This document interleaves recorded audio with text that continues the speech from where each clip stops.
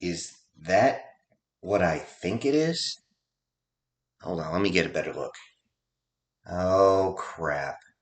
It's a convoy. Oh, crap. Oh, man, those look like some heavy weapons. I better hurry up and get some help. This was all I was thinking about when I saw the convoy rolling up. It was the middle of the day, so it's not like I saw just headlights. No, I could see them pretty clear. There was an open area that we're going to be coming across, and that's what gave me a very good look at the weapons that were inside those turrets. I worried about this, as those are pretty heavy, but I also need some help. We've had issues before with me showing up being the first thing they see.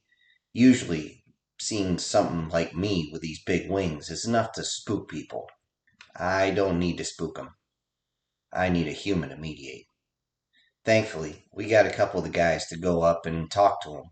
They were able to rush out with one of the vehicles we had running, although we had to use what little bit of fuel we had. I mean, at least what we could spare. It's difficult to get any type of diesel, and it has to be diesel. It's the only thing we can do to get fuel nowadays is refine, well, fat. We were able to get some of the feral hogs, and thankfully there's plenty of them.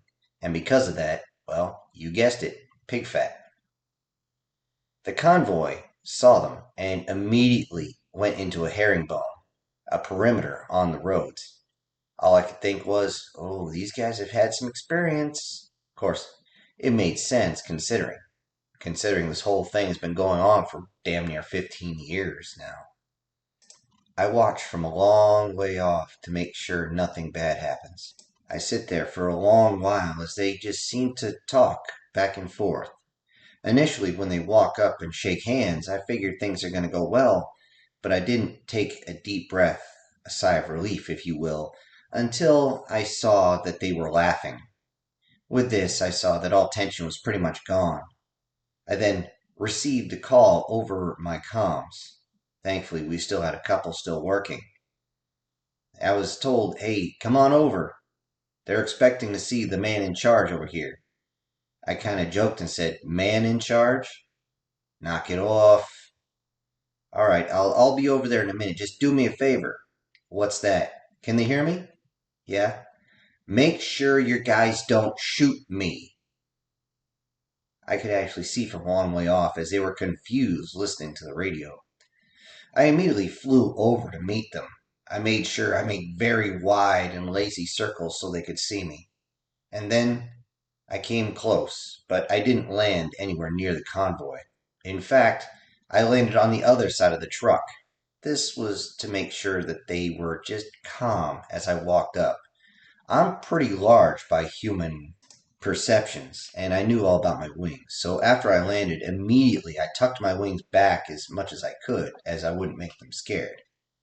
I walked to the leader and introduced myself, and the convoy commander began to seem a little nervous. I could understand that. I'm rather imposing to look at, but I tried to joke around, but that wasn't going to work.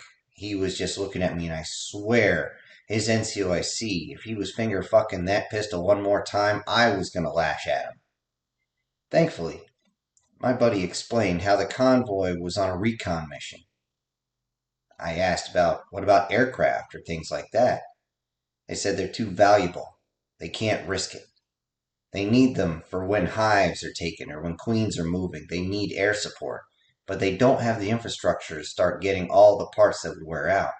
I understood this, of course, though I did have to ask where they planned on going with their convoy as they were going through our territory. With this, they were a little concerned when I said our territory, and simply looked at my friends who were sitting there just nodding away. They then said how they were going to be heading down a certain road and they wanted to head towards a certain area. We immediately stopped him halfway and told him that there's no way through. Why? We had followed the trees ourselves to block off that area.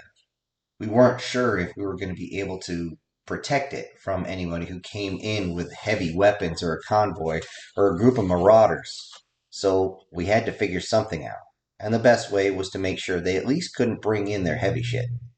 The NCOIC wanted to know if we had another route around us because they wanted to finish their recon mission. He then recommends that we choose a path for them and then pulls out a very large map. It's been a long time since I've seen one of these, and he was actually amazed that I knew how to read it, as reading a map was a lost skill even before all this happened. We informed them of possible routes around the territory, but it was going to take them a lot longer. They did not have the fuel or supplies to deal with this, and they were not thrilled with our territory, especially when they looked close and saw how large of an area it was. They relaxed a little bit when my buddies mentioned how we're non-aggressive, as if we were, they would have known about us a long time ago. Not long after, they pulled out another map, which was going to be to the northeast of this, and showed their territory. It was about 65 miles away, as the crow flies, that is, to their closest controlled area to ours. Maybe a bit further. It was a little difficult, as this is done in kilometers, not miles. Anybody who's read a military map knows exactly what I'm talking about. Realizing that if they tried to take one of these alternate routes, they'd be stuck between territories for the night, we offered them refuge. They hesitated for a while, of course, until we offered them a home-cooked meal, which made many of them salivate at the idea. Before leaving, though, I asked if they had a green flare. They both looked at me like I had just spoke some sort of strange language. They wanted to know what we need one for. I told them it was a signal for the rest of the town to let them know that you're not aggressive. Because if we decide to pop a red flare, or God help you, a yellow, then you're pretty much screwed. None of you are getting out of here. They immediately relaxed a little bit, relented, and it took them a little bit to find one. They simply asked, "Parachute flare good?" And I just gave them a thumbs up, said, "That'd be awesome." After firing that, we made sure they followed us all the way to the town center, and we got there a bit before dusk. Our families had already arrived as they had seen the flare, and of course the message had gone out. All the flyers had sent all the word out as fast as possible. And as the soldiers started looking around, more of our kind were trickling in. They were amazed to see the multitude different species mix, along with plenty of human that were in there. As the convoy rolls in, they immediately set up their perimeter. I just looked at him and go, "Do you have any idea how rude that is?" The convoy commander was looking at me kind of weird. That is, until I informed him, "What would happen if I rolled up in your area where you're being really nice and I pointed my guns at your house, sir?" With that, he kind of got the idea. Of course, his NCOIC started chuckling a little bit right about the time he started moving all the vehicles around. After this, the soldiers started to walk out and started to go past me, and I immediately yelled at them, "Put your weapons on safe." The way I said it made them all just stop, as I didn't tell them what I used to do. But they understood that tone. They knew that tone, and they looked at me strangely. But they saw that I wasn't blinking and staring at them. I wasn't growling. I didn't extend my wings, but they saw I meant business. After each of the squad leaders told all their men how big of a schmucks they were being for having their weapons on semi instead of safe, they continued on. I spent most of the night talking with the compound's mayor, the OIC, NCOIC, and any other leader of each group that came over. The kids, of course, would come and bother us a little bit, usually just to refill glasses and whatnot. That was an issue, but as soon as the soldiers were surprised by the flyers arriving in, we had to yell at them all, "Stand down! Stand down! Lower your weapon! Now!"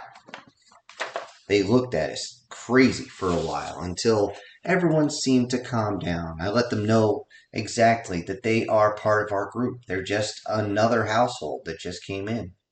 They were more surprised with the fact that there was not only flyers, but young flyers as well.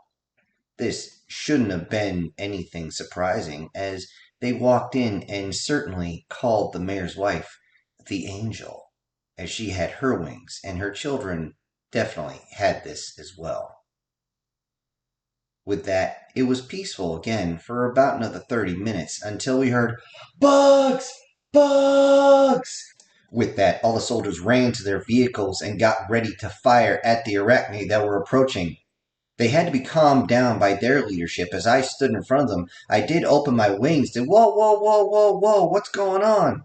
They're with us. Relax. They're with us. Unclench for a second, will you?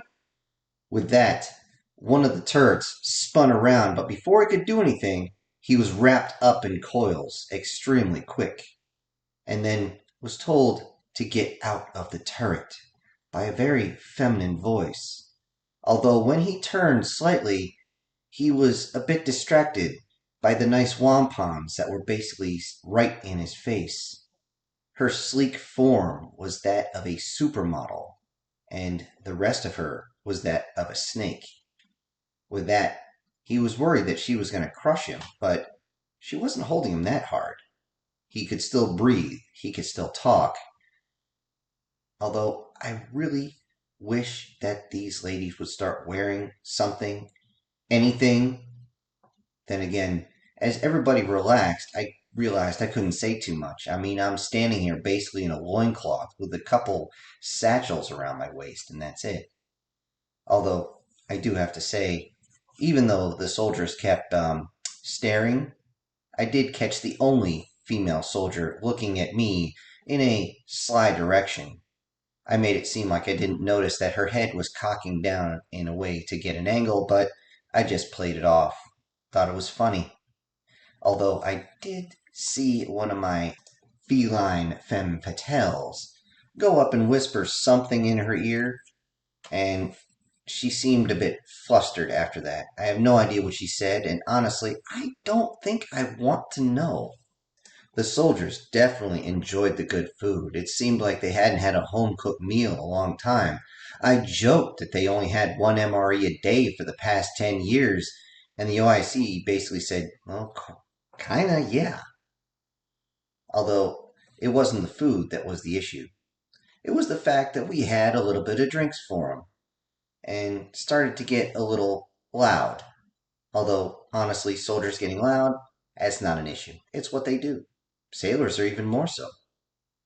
They started to ask our not so humans how it was like with all the different appendages. Could they fly? Could they squirm? Could they slither up a tree?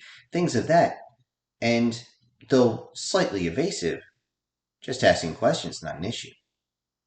One of them started getting a little hammered and thought, well, my inhibitions are down, and there's all these ladies with either nothing or little to nothing on, so maybe I can get a little handsy. Big issue. Thankfully, the other soldiers realized this and ended up butt stroking him right in the frickin' head, and then disarmed him before being told to sleep it off. Although they weren't going to let him anywhere near the convoy acting like this, we had set up accommodations. They were a little light, just a shed with a few blankets, but it was better than nothing. He was able to get his pack, at least that he could sleep against if he wanted to. The leader apologized profusely, him and his NCOIC. They didn't want this kind of trouble.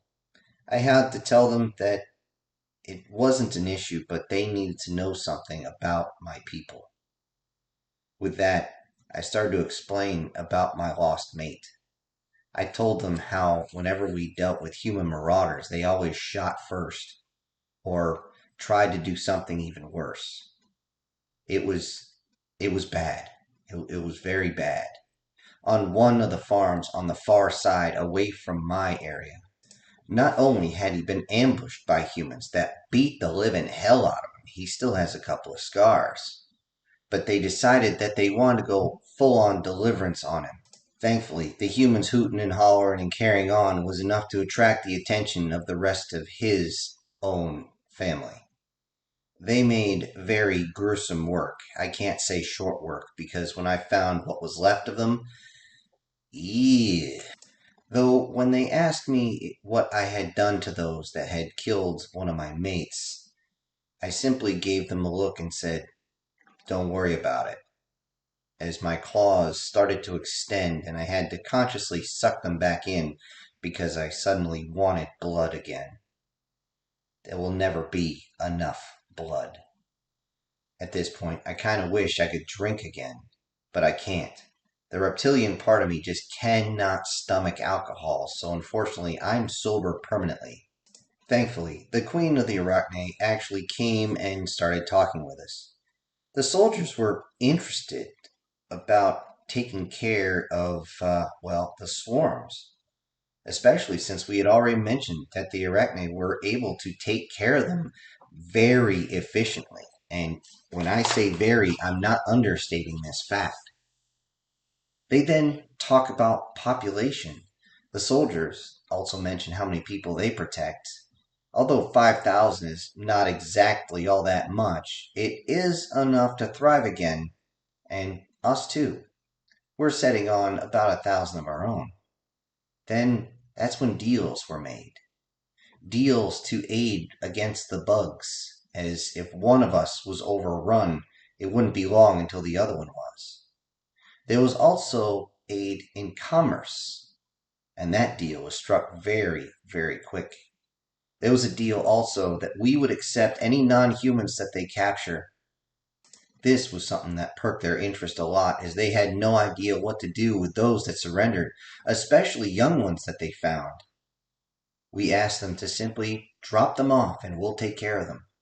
Bring them here, bring them to my farm, bring them to anywhere in this territory. Just make sure you send up a flare, as we don't have communications with you.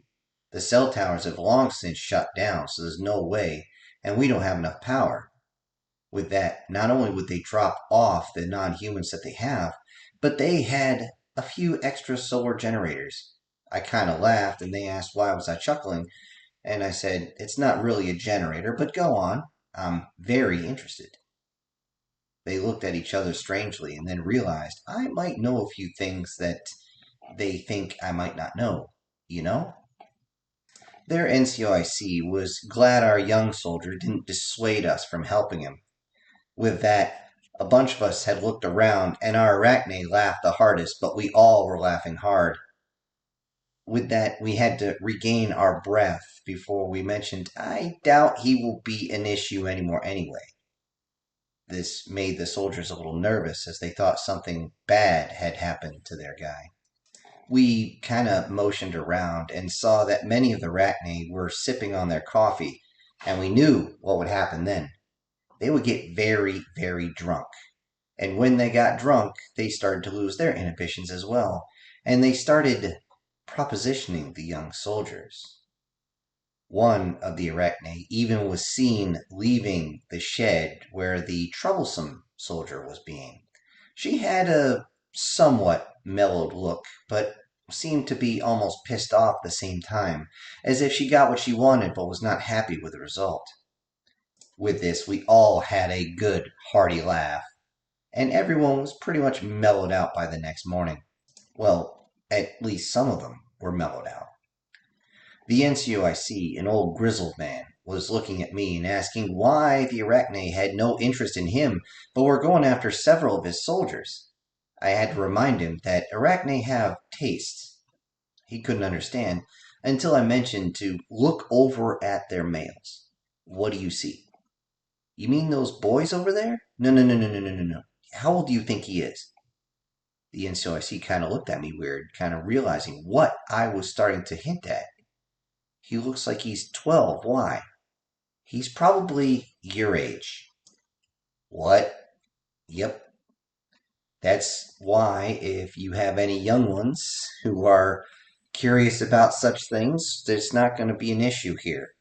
The only ones who might be mad are the male arachnids, because, well, they have issues with that. I figured they would, he said. Before leaving, we asked them about flares. They had to get underway before noon, and we also asked for any rechargeable batteries they might be able to spare.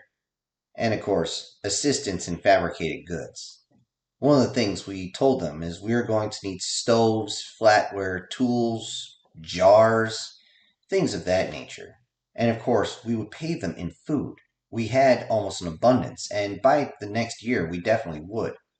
This would be help in any way possible. Not to mention, we had already made plans to help with our mutual opponents. While walking up to the convoy to give my final goodbyes, I noticed scratches on the side, and then I looked on the top and I saw something else on top. Oh, wait, this looks familiar.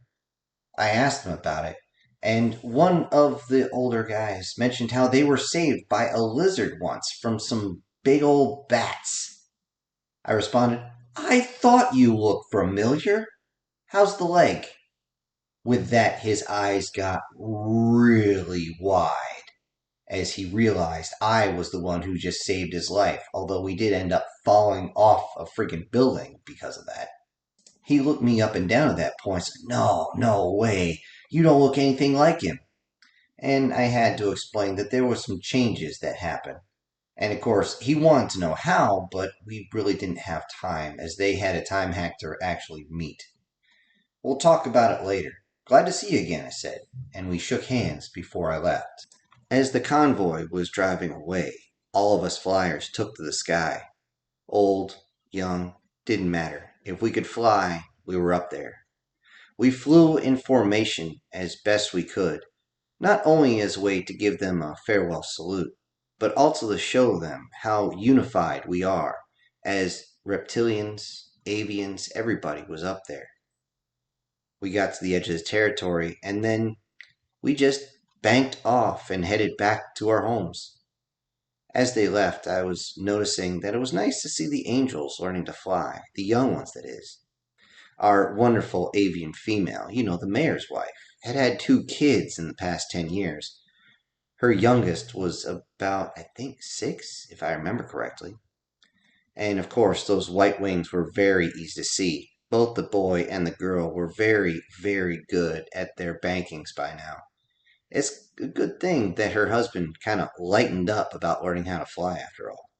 After we all waved goodbye to everybody, I decided to raise my altitude a bit and get a good long look at the outskirts of the territory. I was tapping on the pouch that had the new map as I was thinking it's about time to get back to work and prepare. We may be getting newcomers soon, the way they were talking, the way they were acting. Though, as I soared up there in the sky, one question kept bugging me. When the convoy gets back, what are their commanders going to think? What are they going to do with the information given? I don't know. Right now, it's time to go fishing.